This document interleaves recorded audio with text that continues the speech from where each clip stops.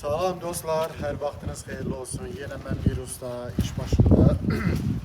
İstədim sizlə bir şey bölüşüm. Bu Lonqrad daşını tərifləmirəm, heç bir reklam da eləmirəm. Bax, bu daş premium daş. Demək, 3 dənə hamam. Özdə İspan kermogranitləri idi. 3 hamam. Bir de bu gördüğünüz böyük basın var. Keremagranit 2 kalınlığı 2 litr. Gördüğünüz her yeri vurmuşum. Bak böyle. Hamısı kesildi. Hamısı. Ki buradan da bir tane basın için kanal açırıq. Kanal açırıq. Bu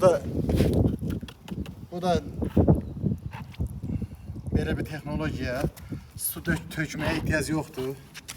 Diğer keseyim inşallah. Buradan başlayalım. Kesey.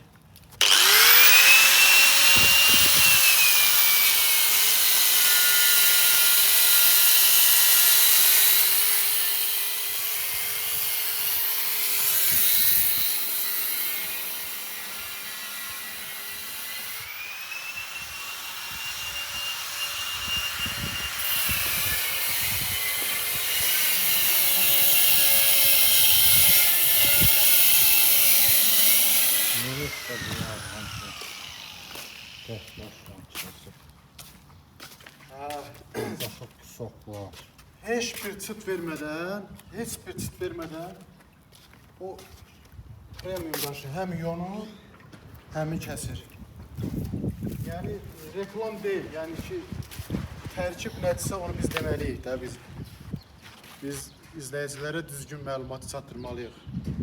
Hardasa bir nə qədər olar? 600 metre olar. Olar, çox olar. İspan daşlarıdır. Ümumi hesablayanda bəlkə də çoxdur. Bax bir dənə daşı salmışıq. Qurtarmır daş.